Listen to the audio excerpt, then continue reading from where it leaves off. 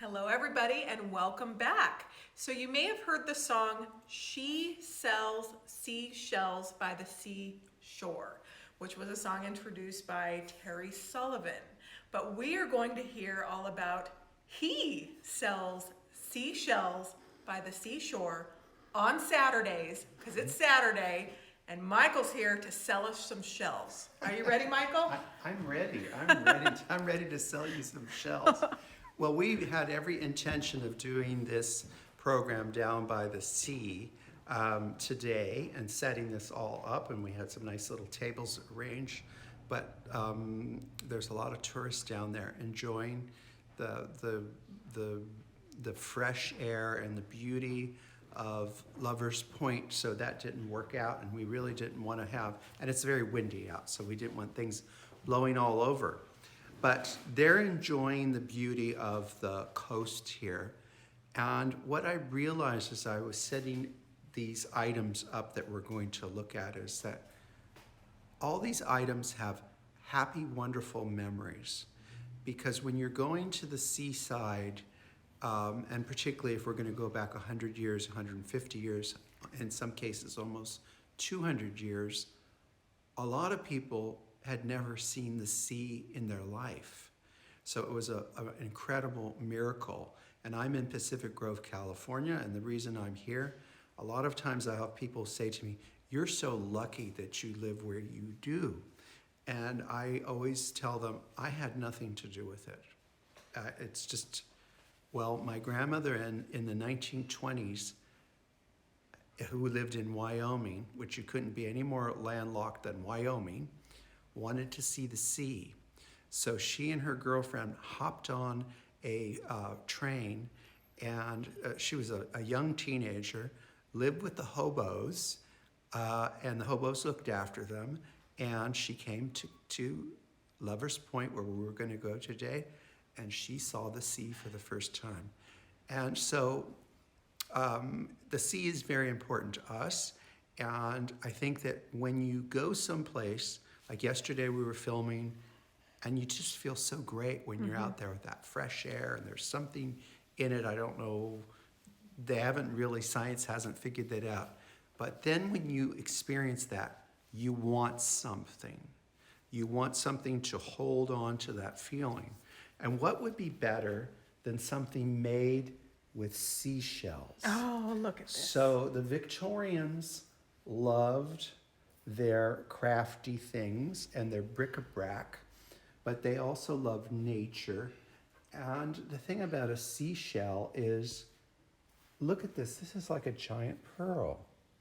I mean, it's an amazing thing. So they covered everything with seashells, furniture, picture frames, and even dolls. So this is something that both David and I are interested in collecting. It's Victoriana. It's sometimes you could say it's almost slightly kitschy. But you know what? Sometimes in something that's kitschy, there's a lot of charm to it. So I'm going to look at the earliest pieces that we probably have on display. And I think we'll probably go to this. This is a Grodner tall. And, under all that shell, and those are little tiny, almost microscopic shells. Under all that is a little Grodner tall wooden. So they just put the doll in position, they glued it in place, and then they started to build his costume up with shells. He is so cute. And you can see he's tiny. He's really, well, you can tell by my hand, he's tiny. But he's got a backpack on his back, and he's got flowers, probably a flower seller or presenting, because he's in a bowing position. It's very whimsical because the little flowers on his back are seashells. Seashells, and sometimes they would use not just seashells. Sometimes parts of crabs and just various things that they would use. There were a lot of this was probably done commercially, but there were a lot of guides in the ladies' books of the day of how to make your own, do your own thing. One thing I can tell you that if you do collect shell art, and the French call it coquillage, the one thing that you need to know how to do if you collect shell art is you need to know how to glue, because they're old and the shells fall off, and so you do need to learn how to glue. But the good news is if we're missing shells, we just have to walk about 3 blocks. Tootle on down and get some more. And we go to the Kissing Rock because the tourists don't go there, and there you can still find the shells. Yeah, they're still there. They're not on the beaches where a lot of people go because they collect them because they want to hold on to that feeling. Now here's some very commercially made pieces, and this is meant to be like a dressing table, but it's a little box, and it's just, this you could have bought this in New Jersey, you could have bought this in Brighton, England, you could have bought it at any seaside town. And there were cottage industries that made these. These were not an expensive item, but there's just some incredible charm to it and really beauty of it that, I'm sure that there are shells on these pieces that are now endangered because they've been collected up for so long. And another interesting little bit of trivia, we've all heard of Shell Oil Company, that their logo is a shell. That company started out dealing in shells and moved on to petroleum. Yeah. Oh, interesting. So and it still is. It is an industry of collecting shells. So this was something that you would get tourist wear. Absolutely. It was not expensive at the time. These were not expensive items. And here's another one meant to be an atagère. And this is wonderful. But look at the beauty of those shells. So it's an atagère that's made out of shells, but then, an atagère is where you would put your special bric-a-brac on the shelving, but in this case, the bric-a-brac is the shells themselves. And this is a lot. It's actually, for its size, it's really, really a heavy piece. One of the things I want to do someday is there's a lot of historic fancy houses. There are grottos where they'll have everything in the grotto, the furniture shells, the chandeliers or shells. I want to do at some point a miniature grotto. Here's something again. This was bought for someone probably when they had a wonderful time at the seashore, and it's a pocket watch holder. Oh, a pocket. I thought it was a shoe. Well, it is. It's a slipper. But see here, you hang your pocket watch. Yes, you can see the spot. And remember, a pocket watch would have been what you would have by your bedside. You didn't have your cell phone, but it's just a charming little piece. And again, I'm sure it was bought by someone who had a wonderful time by the sea. And then, of course, you have your standard Victorian picture frames. That was just a very whimsical thing. And these are just amazing because the shells are still, in their pinkies. And when you see the kind of yellowish cast to the shells, that is the shellac on them that is darkened, just like a painting. But this is a girl and here she is with her doll. And this is Lillian, and that's Lillian's doll. And this is from the 1890s. And she was just a beautiful, late 1890s, maybe even 1900, just a beautiful little girl. And this is one of our little treasures of our group. It is a seashell box. It's a box, but look, it's an aquarium. And and it's got the glass. So this would go great in my little seashell room. You have a seashell room? No, I want to do one. Oh, I yes, want to yes, do one. okay, yes. Now, this is probably a piece that was probably parlor art, that this was probably following. Doesn't seem commercial to me. It seems like it's something that someone probably made from the shells that they collected. I can pick it up because it is just, get in close to that. And the bird with the bird nest, and roses and peonies made out of shells. It's so happy. It is, isn't it? And it's got a certain amount of movement when you move it. And, you know, this would have been it would take some time to make this. And you did have the instructions on how to make the flowers, how to cover it. Because, you know, in the Victorians, they were not idle. You were supposed to be doing and you can just see I just lost a couple of shells. And you can just glue it right back on. Yeah, you can. What kind of glue does David like to use? You know what? We're not so fussy. You get the glue and you just put it on. Just put it on, But okay. we use a lot of it's called woodworker's glue, and you can get that at the hardware store. Yeah.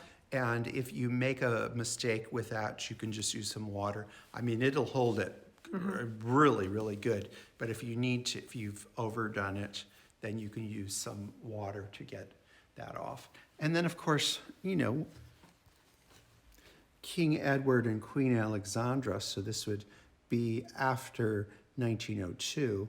I mean, their portraits were dropped into the middle of the sea, and they're floating in with, you know, the seaweed and That's cute. you know, and what it is if you notice, it has a cup. You know, it's commemorating the king and queen, but this is for the love of country because you can see it's shaped like a heart. And this we've had a long time in our little collection, but again, it's something that, you know, you go to the seaside. You're having someone probably picked that up in Brighton. They were having a wonderful day. Anybody who's watched Downton Abbey can see how these are very middle class or lower middle class types of collectible things. That might have been their big splurge, buying that little item. And then again, we have another little box. Again, beautiful little shells. And it's just a cute little piece. So that was sold as like a souvenir. Do you think anything came in it? No, it's not a chocolate box? No, Okay. no. I think that these were all just little trinket boxes. And then sometimes you get a great... This is great. Yeah, this is great with the matte basket. kind of finish on the side. And then isn't that cute? That's so cute. You know, and that could really go with a doll.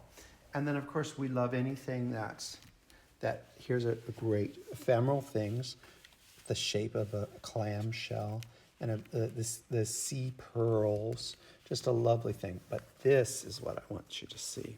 This is actually a shell. But let me show you this. You open it up. First it starts there. This is Oh, look at all that. hand done. Someone did this. Dresden paper, Dresden fish, and then this is dried seaweed. I mean, isn't that just That is lovely? so fun. Isn't that I fabulous? could see this as a printable, and then everyone go and order some clams. Yeah. And take the shells home Yeah. and make one. Yeah, I mean, this would be a hard printable project. Oh, and then I did skip over. This is a wonderful doll. This is a wonderful doll. I love shell dolls, and we've had in our career quite a few that we've sold, you know, as part of our business. But this one is in our collection, and usually they come in pairs. So there would be a male and a female. We just have the male, but we have something that I have never seen before, and it is a shell dog. And the shell dog looks slightly like, could be slightly like a sheep that they put a tail on it to make it a dog, but I think it's really a dog. And very unusual shell pieces on that. And these are some of our earlier pieces. These are probably from the 1840s. But this is a really fun genre to collect, the shell pieces. And I mean, to me, I love these very earthy colors, you know, that the shells are.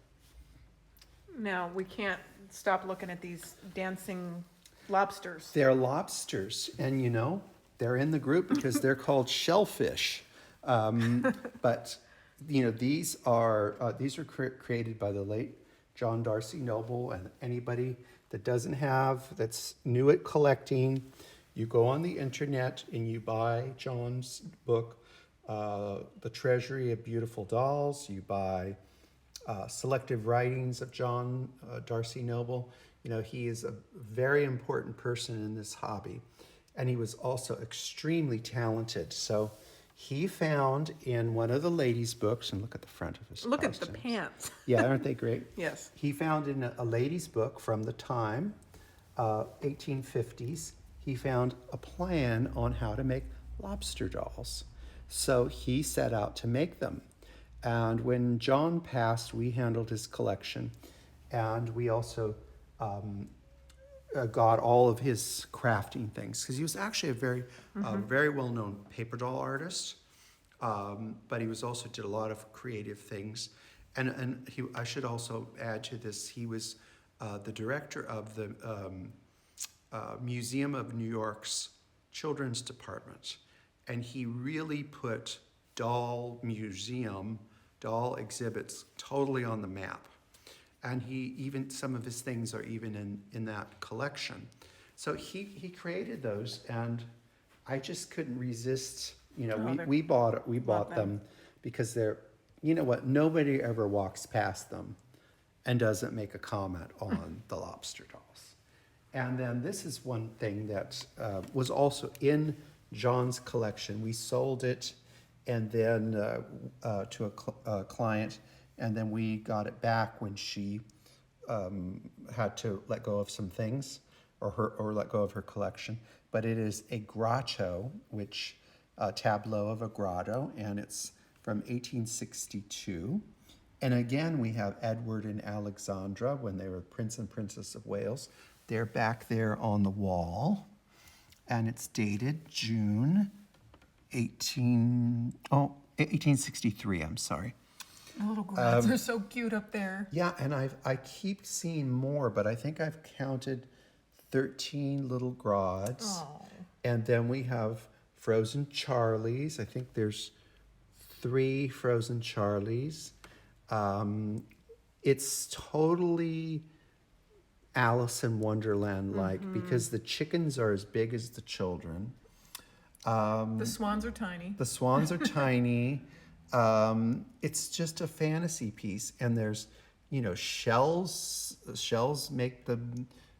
It's not just shells. There are other. There's angels. There's angels, and I noticed that there's some parrots that are caught in the foliage, and there's. I think we got one angel down here. We're gonna have to open it up, and there may be even more. There's a mouse under the table. This is like Victoriana. You know, you have to wonder what the person who put it together was thinking. But you know, it has such an incredible charm, and you could see that this is just really something that John Noble would absolutely love. If you've read his writing, you could kind of actually feel that. So it's, you know, this is a kind of fun little sideline.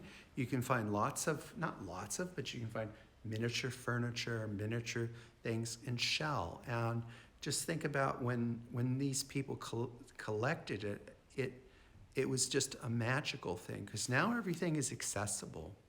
You know, if you live up north or south, you can get in your car and drive and find things. It wasn't like that in the last a lot more work. in the last century, because even you know, and historically not that long ago, because in the history of the world, you know, when my grandmother came here in the 20s, that was just a minute ago, and to her it was a huge big deal. So I hope you enjoyed. Oh, we loved it. Seeing the shell, and it was fun. It's really a fun thing to collect. I think some of our members are going to start making their own shell art. Yeah, and you can. Inspired off of this. You absolutely can. And I have a little bag of. I found a little bag of shells that we use for an event, and they're the little wee ones, like even smaller than these. And I thought, oh, if I just had a little time, I could sit down and make something. Well, Since the program is He Sells Seashells, is all of these pieces on I'm your sorry, new website? They're not? No, they're Oh, not. you don't? No, no. Oh, I mean, dang. I think just there's one item on the table, and I won't tell you because I don't want to be that is for sale. But no, and you know what? It's not. They're not an expensive item. Right. I mean, Some of the dolls are. the dolls can be. They can. Yes, they can. And ours Just like anything. yeah, ours happen to be most. I think both of our two are woodens. They also came with paper maches. Mm-hmm. They also came with chinas. So there's a big variety. So you can find those absolutely. This was very inspirational. Thank you so much for the thank fun you. program. Okay. We loved it. All right. Bye-bye. Bye bye.